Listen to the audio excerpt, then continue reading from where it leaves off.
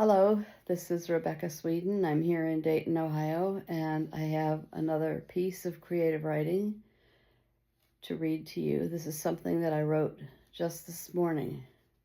It's called Starting the Day. Let's say you wake up to find you're approaching 72 years old. That's as odd as it can be, since yesterday was 25. Or maybe 45 or 60. Anyway, it's far too early to be awake, like 4 or 6 hours after you finally went to sleep. But there's too much joint pain to roll over and go back to sleep.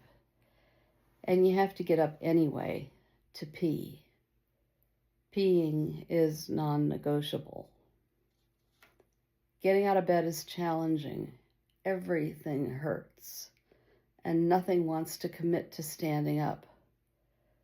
But you get up, find slippers, and extricate a robe from a hook that wants to make squeaky noises against the wall, to the annoyance of your sleeping mate.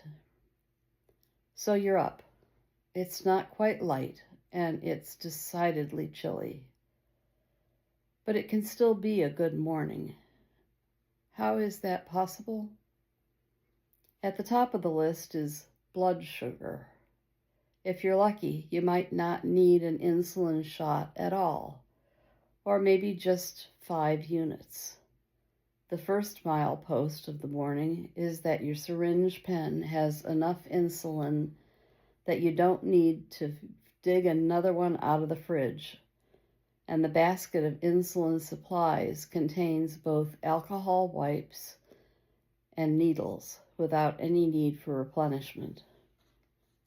Chilliness notwithstanding, you use the remote to open the skylight for bird song. The app on your phone tells you each new species it hears. American robin to begin. Next milepost is pills. On a good day, pills are happily nestled in the pill minder. Ah, no pill thingy to fill today, another victory. Morning dove. On to the third milepost, making breakfast. On a stellar day, the 2 kinds of cereal that you mix are both in the cabinet in open boxes, requiring no box opening or box squashing for ouchy hands. Then the sugar bowl easily contains the half spoon of sugar you use. And the quart of milk is already open and full enough, requiring no need for the bottle opening tool to wrench a new one open.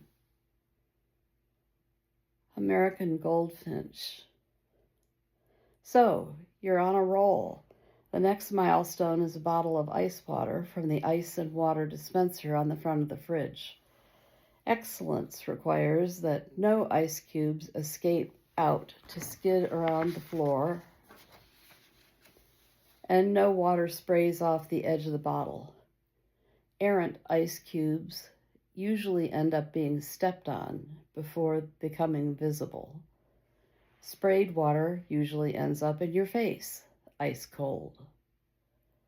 Another milestone is carrying the whole kit and caboodle of cereal bowl, spoon, napkin, water bottle, and cell phone to an eating spot, spilling nothing along the way.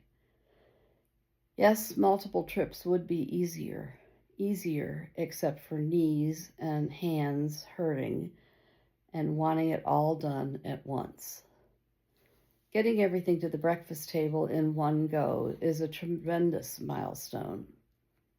Pockets would be ever so handy here, but not all robes have them. Then sitting to eat, with luck having forgotten nothing back in the kitchen. Typical culprits are a spoon, the phone, a napkin, or the water bottle. The phone must go everywhere you do, or its blood sugar alarm may decide that you've fallen off the earth and start screeching. red-bellied woodpecker. By this time, you've been up for almost 30 minutes. You're still worn out, achy, and chilly, but at least most immediate things are done, and your belly is full. Cedar waxwing.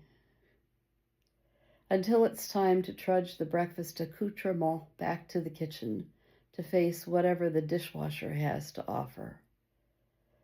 And then starts the day with a chorus of northern cardinals, song sparrows, American robins, and brown-headed cowbirds.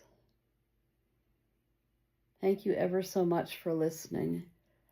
I would really appreciate if you subscribe to my channel on YouTube, and if you post a comment on YouTube, that would be delightful. I'd love to hear from you. Thank you very much again, and I'll read more creative writing in the future. Bye for now.